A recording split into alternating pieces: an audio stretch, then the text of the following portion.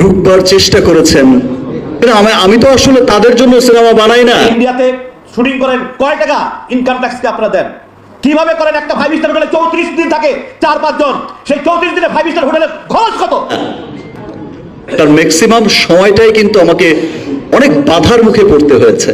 এখানে দেখানো হয়েছে শাকিব খানের রেমুনারেশন কত বাংলাদেশে পেমেন্ট হয়েছে, চঞ্চলের রেমুনারেশন বাংলাদেশে পেমেন্ট হয়েছে, বাদ বাকি টাকা ওখানে 2.5% হারে টাকা দিয়ে 3 শিফটে কাজ করে 60 লাখ টাকা বাংলাদেশ থেকে নিয়ে যায় কাজ করা কি পসিবল? আমি জানি তাদের জন্য সিনেমা করিও না। আমি সব সময় সিনেমা করি বাংলাদেশের জন্য, বাঙালির জন্য। আমি সব সময় চেষ্টা করি বাংলা সিনেমা কিভাবে পৃথিবীময় ছড়িয়ে যাবে। আসসালামু আলাইকুম রহমতুল্লাহ, সবাই কেমন আছেন? আশা করি সবাই অনেক অনেক ভালো এবং সুস্থ আছেন। সবাইকে স্বাগতম জানাচ্ছি আমাদের আরেকটি নতুন ভিডিওতে। প্রতিদিনের মতো আমি আছি রিয়াদ ফারুকী। প্রিয় দর্শক, আবারও চলে আসলাম নতুন একটা ভিডিও নিয়ে। আজকের ভিডিও টাইটেল এবং থাম্বনেল দেখে সবাই বুঝতে পেরেছেন আজকে কি বিষয়টা নিয়ে কথা বলবো। গত বেশ কিছুদিন ধরে আলোচনায় আছেন ঢাকা সিনেমার অন্যতম মেগাস্টার চিত্রনায়ক শাকিব খানের তুফান। আপনারা জানেন শাকিব খানের তুফানের শুটিং নিয়ে, অর্থাৎ তাদের শুটিং কোথায় হয়েছে, এত টাকা কিভাবে কিভাবে বাহিরের দেশে নিয়ে গেছে। এর পাশাপাশি অনেক মন্তব্য করেছেন শাকিব খানের তুফান নিয়ে বাংলাদেশের দুজন জনপ্রিয় এবং আলোচিত প্রযোজক আরশাদ আদনান এবং প্রযোজক ইকবাল। এবার প্রযোজক ইকবাল এবং আরশাদ আদনানকে এক প্রকার কঠিন ধুলাই করলেন বাংলাদেশের মেগাস্টার চিত্রনায়ক শাকিব খান। গতকালকে আপনারা জানেন চিত্রনায়ক শাকিব খানের তুফানের একটা প্রেস মিট আয়োজন করা হয়, সংবাদ সম্মেলন করে শাকিব খান এখানে বেশ কিছু মন্তব্য করেন। সে মন্তব্যে এক প্রকার উঠে এসেছে যারা শাকিব খানের তুফানকে এক প্রকার টেনে ধরেছিল বা তুফানকে মুক্তি না দেওয়ার জন্য তুফানের পিছনে লেগেছিল, তাদেরকে এক প্রকার কড়া ভাষায় জবাব দিয়েছেন ডালিউড মেগাস্টার শাকিব খান। এই বিষয়টি আমরা শাকিব খানের মুখ থেকে একটু বিস্তারিত শুনবো। তার আগে আপনাদেরকে অনুরোধ করবো সবাই ভিডিওটি ধৈর্য সহকারে শেষ পর্যন্ত দেখবেন। তার আগে আপনার যারা আমাদের চ্যানেলে থাকুন চ্যানেল সাবস্ক্রাইব করে সাথে থাকবেন। রূপবার চেষ্টা করেছেন। আমি তো আসলে তাদের জন্য সিনেমা বানাই না। তার ম্যাক্সিমাম সময়টাই কিন্তু আমাকে অনেক বাধার মুখে পড়তে হয়েছে। আমি তো ভেবেছি যে ভাই আমাদের আর কোনো কাজ নেই, আমি মিমি, নাবিলা, চঞ্চল ভাই আমরা ভাবছিলাম যে তাহলে আমরা চলে যাই, খাওয়া দাওয়া করি, রাত হয়ে গেছে না, বোঝা যাচ্ছে আমাদের হয়ে গেছে পপুলার। যাক, আপনাকে অনেক ধন্যবাদ যে আমারও একটা প্রশ্ন আমার কাছেও কিছু জানতে চাওয়ার ছিল। আমি শুরুতে তো এক্সাইটেড ছিলাম যে আসলে তো আজকে তো প্রশ্ন আর আমিও পাবো না, পাবে হচ্ছে মিমি, পাবে হচ্ছে নাবিলা, আমি আর চঞ্চল ভাই আসলাম নিজেদের কথা, এই জন্য শুরুতে সব কথা বলে দিয়েছি। যাক, আরেকবার বলার সুযোগ আসলো। দেখেন, আমি এতক্ষণের আজকের যে কনভারসেশন, আজকের যে ঘটনাগুলো আমি দেখলাম, আসলে ব্যাপারটা হয়েছে কি, আজকে অনেক বছর আপনাদের সাথে আমার জার্নি, আপনারা কিন্তু দেখে আসছেন। আমার অনেক সময় এমন হয়েছে যখন নাকি একটা ভালো সিনেমা, একটা বড় সিনেমা আমি প্রেজেন্ট করতে গেছি, তার ম্যাক্সিমাম সময়টাই কিন্তু আমাকে অনেক বাধার মুখে পড়তে হয়েছে। ম্যাক্সিমাম সময় কিন্তু দেখা গেছে কিছু মানুষ একত্রিত হয়েছেন, রূপবার চেষ্টা করেছেন। আমি তো আসলে তাদের জন্য সিনেমা বানাই না, তাদের জন্য সিনেমা করিও না। আমি সব সময় সিনেমা করি বাংলাদেশের জন্য, বাঙালির জন্য। আমি সব সময় চেষ্টা করি বাংলা সিনেমা কিভাবে পৃথিবীময় ছড়িয়ে যাবে। আজকে আপনি যে চমৎকার একটা প্রশ্ন করেছেন, আসলে একজন বিখ্যাত মানুষ বলে গেছিলেন যে কোনো একটা সফলতার সাথে সাথে একটা কালো ছায়াও কিন্তু চলতে থাকে। কালো ছায়াটা সেই সফলতাকে গ্রাস করতে চায়, কিন্তু ফাইনালি গিয়ে আর পারে না।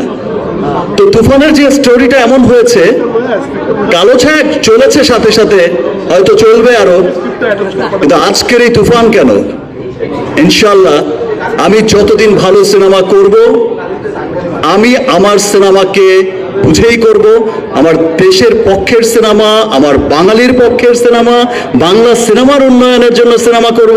আমি কোনো কালো ছায়ার জন্য সিনেমা করব না। আর সেই ভাইবটা আমি কিন্তু এবার কোশ্চেনে আসে, অ্যান্সারে আসে, সেই ভাইবটা কিন্তু আপনারা দেখেছেন, আমি একটু আগেও বলেছি, টিজার রিলিজের পর, ট্রেলার রিলিজের পর, this is the first time সেটার রিভিউ করছে বাঙালির বাইরে গিয়ে ইংলিশরা, সেটা রিভিউ করছে আমেরিকানরা, হোয়াইটরা, অস্ট্রেলিয়ান হোয়াইটরা, জার্মান হোয়াইটরা।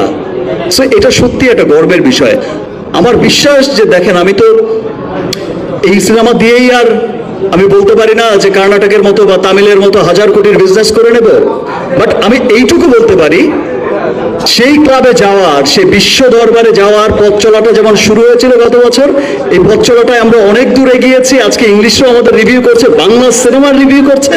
ইনশাল্লাহ সামনের বছরে এমনও দিন দেখতে পাবেন। এখনই শুনি জামাইকার খবর, আর নিউ ইয়র্কের খবর, ডাবলিনের খবর, অস্ট্রেলিয়ার খবর এখনই কিন্তু শুনি, আপনারা শোনেন। ইনশাল্লাহ তুফানে গত বছরের চাইতে বেশি নিউজ শোনা যাবে ইন্টারন্যাশনাল, তার সাথে এন্টায়ার মিডল ইস্টের একটা ভালো নিউজ শোনা যাবে, এবং আগামী বছরগুলোতে এর ধারা অনেক অব্যাহত থাকবে এবং অনেক দূর এগিয়ে যাবে। থ্যাংক ইউ আমাকে প্রশ্নটা করার জন্য ভাই। আর চঞ্চল ভাইকে নিয়ে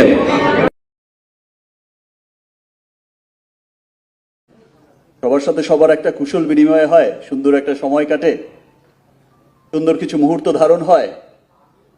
এই সময়টাকে, এই বিষয়টাকেই আমি খুব এনজয় করি এবং প্রাধান্য দেই। যাই হোক,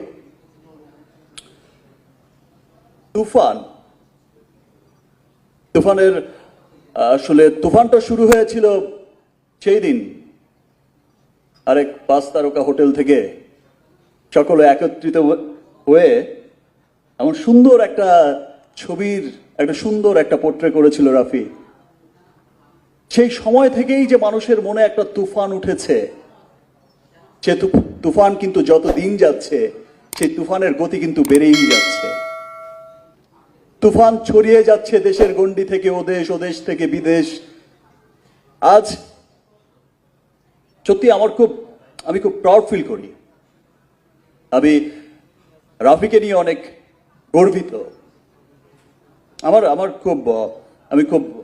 আমার কাছে মনে হয়েছে খুব অহংকার ফিল করেছি আমি যখন দেখেছি যে রাফি এসে একটা সুন্দর গ্রাফসের মধ্য দিয়ে তার এই চমৎকার টিমকে নিয়ে, সম্ভবত কি হয় আপনারা সকলেই জানেন যে আমরা যখন, রাফি তো ইন্ডিয়াতে অচেনা, এটা ওর প্রথম সিনেমা, ডিরেক্টর হিসেবে প্রথম কাজ। অনেক বড় বড় টেকনিশিয়ান কাজ করেছে, আমাদের দেশ থেকেও যেমন খুব খ্যাতনামা টেকনিশিয়ানরা কাজ করেছে, ওখান থেকেও তো অনেক বড় বড় টেকনিশিয়ানসরা কাজ করেছে। অনেক বড় বড় প্রযোজনা সংস্থা, বড় বড় শিল্পী, সবকিছু বড় বড় সমন্বয়ে কিন্তু হয়েছে তুফান। তো তখন আমি যখন দেখেছি ওর শর্ট ডিজাইন দেখে, সেই বিখ্যাত ফাইট মাস্টার, সেই বিখ্যাত কোরিওগ্রাফার, সেই বিখ্যাত সাউন্ড রেকর্ডিস্ট, সেই বিখ্যাত বিখ্যাত মানুষদের চোখ বড় হয়ে যাচ্ছে যে কি শোনাচ্ছে, এটা কি গ্রাফের কথা বলছে, 100 একটা ফাইট 4 মিনিটের, এটা কিভাবে সম্ভব? এবং সেটা যখন আপনারা সিনেমা হলে সবাই দেখবে তখন সত্যি আসলে সবার খুব গর্ব লাগবে। তো তখন থেকেই আমি আসলে রাফির কে নিয়ে খুবই গর্বিত যে আজকে তুফানের বাজেট যা, এবং আমি খুব প্রাউড করেই তখন সেখানে বলতাম যে আজকে তুফানের বাজেট যা, রাফি হচ্ছে এমন একজন পরিচালক, বাজেটটা যদি সেটা কেজিএফ এর বাজেটে হয় তারপরে রাফির কম পড়েই যাবে। এটা খরচ করার মতো মেধা, সেটা খরচ করার মতো সেই টাকা দিয়েই, সেই 200-400 কোটি টাকা দিয়ে সিনেমা বানানোর মেধা লাগে। কিন্তু সেই 500 কোটি টাকা খরচ করে সিনেমা বানাবে, 200 কোটি টাকা খরচ করে সিনেমা বানাবে, সেই 200 কোটি ইউটিলাইজ করার মতো ক্ষমতা থাকতে হবে ডিরেক্টরকে।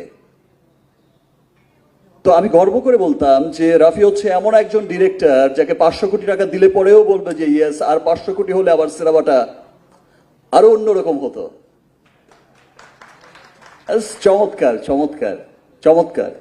রাফির আসলে প্রশংসা কি করব, ইতিমধ্যে তো তুফান উঠিয়েই দিয়েছে। টিজার রিলিজের পর থেকে আমার সত্যিই খুব ভালো লাগছে, বিকজ আপনারা তো আমার সঙ্গে সবসময় আছেন, ফুটেজগুলো আপনাদের কাছেই আছে। আমি সবসময় একটা কথা অনেক বছর ধরেই বলে আসছি যে আসলে আমি আমার দেশের সিনেমাটাকে আমি শুধু এই গণ্ডিতে বেঁধে রাখতে চাই না।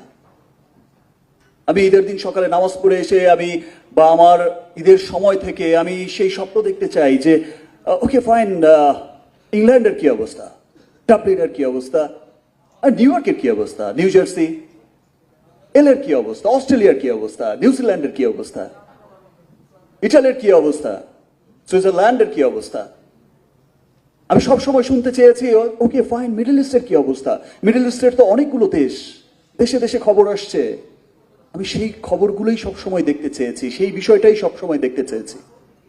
এবং ইনশাল্লাহ গত বছর থেকেই এই গ্লোবাল জার্নিটা কিন্তু আমাদের শুরু হয়েছে।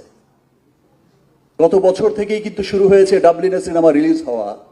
গত বছর থেকেই কিন্তু শুরু হয়েছে বড় পরিসরে, এর আগেও হয়তো হয়েছে ছোট্ট পরিসরে, কিন্তু গত বছর থেকে শুরু হয়েছে ডাবলিনের মতো আমাদের স্বপ্নের শহরের সিনেমা অফিসিয়ালি রিলিজ হওয়া, ইংল্যান্ডে রিলিজ হওয়া, ইটালির রোমে রিলিজ হওয়া, north America, Canada, everywhere, Australia, New Zealand, middle east. এই যে জার্নিটা গত বছর শুরু হয়েছে, এই যে তুফানটা গত বছর থেকেই শুরু হয়েছে, এই তুফানটা কিন্তু এবছর এসে আরো অনেক বেগবান হয়েছে। আজ